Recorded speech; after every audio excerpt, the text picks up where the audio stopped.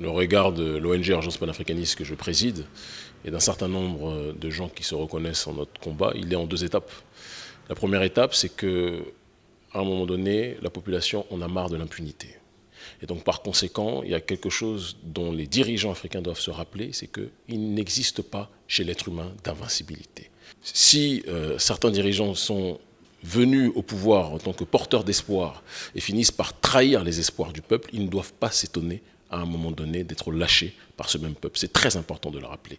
À un moment donné, lors des dernières élections présidentielles, la population africaine de manière globale, ainsi que la population africaine diasporique, a pu constater, concéder qu'une grande partie de la population ne s'était absolument pas reconnue dans le processus électoral effectué et lancé par Alpha Condé et ses affiliés. Et on a été dans cette logique du troisième mandat. Si maladie il y a aujourd'hui en Afrique, ce n'est pas une maladie institutionnelle, ce n'est pas une maladie venant du peuple, c'est une maladie de nos dirigeants qui, lorsqu'ils goûtent au pouvoir, finissent par abandonner toutes les promesses qu'ils avaient lancées. Et c'est quelque chose que l'on doit dire. Des gens se lancent dans des promesses, mais quand on goûte au pouvoir en Afrique, les pouvoirs sont illimités. Et les personnes finissent par perdre le goût du réel, le sens du réel. Et donc Alpha Condé est tombé, et je vais vous le dire clairement, moi j'ai fait les frais comme beaucoup d'autres de ces démarches coercitives. J'ai été arrêté par des militaires et interdit de fouler le sol guinéen alors que j'étais attendu par une grande partie de la population, de la jeunesse guinéenne à l'aéroport. Beaucoup d'autres personnes ont été incarcérées sous prétexte qu'ils ont eu le tort de dire leur vérité au président Alpha Condé. À un moment donné, ça ne peut plus durer. Ça, c'est le premier point. Le deuxième point, parce qu'il faut avoir une réflexion à mon sens structurée, c'est d'éloigner maintenant la prise de pouvoir des autres, séparer le fait que les militaires aient pris ce pouvoir et le fait qu'Alpha Condé soit tombé. Est-ce que nous regrettons qu'Alpha Condé soit tombé? Nous ne le regretterons jamais, et je vais même aller plus loin, nous nous en réjouissons.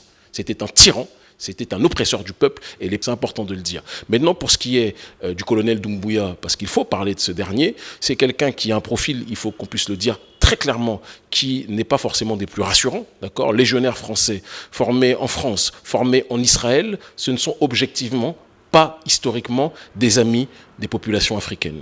Maintenant, on essaie d'avoir une réflexion pointue et une démarche d'adaptation par rapport au réel. Il a fait tomber un tyran. Il a deux options qui se présentent à lui. Soit servir ceux qui l'ont formé, soit être dans une démarche d'agir dans la logique de l'homme autodéterminé. Est-ce qu'il sera dans cette dynamique-là, visant à pousser à l'éveil de la population? Si c'est le cas, nous le soutiendrons évidemment. S'il est, et c'est très important que l'on puisse le dire, s'il est dans une logique de servir des intérêts tout autres, qui sont les intérêts de l'oligarchie occidentale, qu'elle soit française, qu'elle soit israélienne, qu'elle soit américaine ou autre, eh bien nous le combattrons. Ce n'est pas forcément quelque chose de compliqué. Être dans une logique qui consiste à justement dire aux nôtres que nous sommes dans une démarche d'accepter qu'il y a des changements, que le sommet de la pyramide soit secoué et devienne, s'il le faut, un vulgaire caillou, moi, ce n'est pas quelque chose qui me choque, ce n'est pas quelque chose qui me perturbe, ça fait partie du sens de l'histoire. La véritable maladie qui touche la population africaine aujourd'hui, c'est la maladie des troisièmes mandats. C'est la maladie de présidents qui sont atteints de cécité politique, de cécité idéologique, qui ne coûtent plus rien, qui ne comprennent plus rien, qui ne cernent plus les aspirations du peuple et qui, du jour au lendemain, ne comprennent pas que les mêmes peuples qui l'ont porté au pouvoir, les ont portés au pouvoir, finissent par les mépriser. Si ça ne gêne pas certains, il faut qu'ils comprennent que ça nous gêne grandement, intensément. Et donc, Alpha Condé est tombé, je m'en suis réjoui, parce que je pense que la population guinéenne mérite mieux.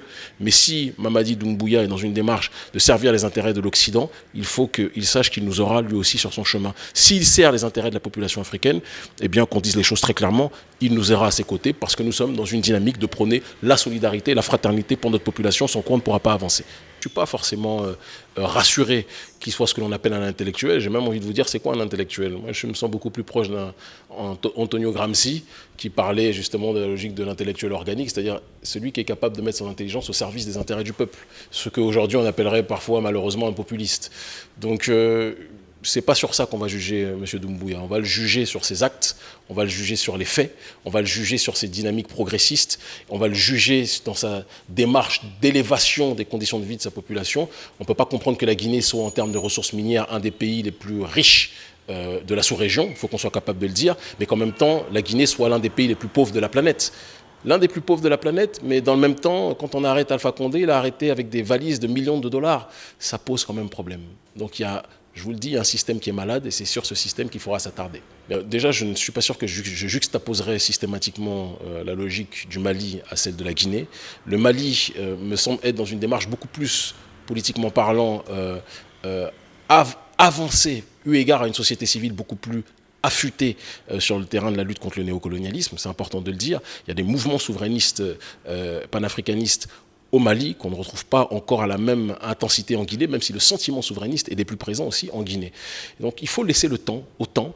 Ce qui s'est passé au Mali, c'est pareil. Pour moi, je vois ça comme c'est un acte messianique que Ibeka, qui était le plus grand défenseur des intérêts de la France dans la sous-région, il se disputait la place de champion avec Alassane Dramane Ouattara et Macky Sall, mais je peux vous assurer que vraiment il jouait des coudes.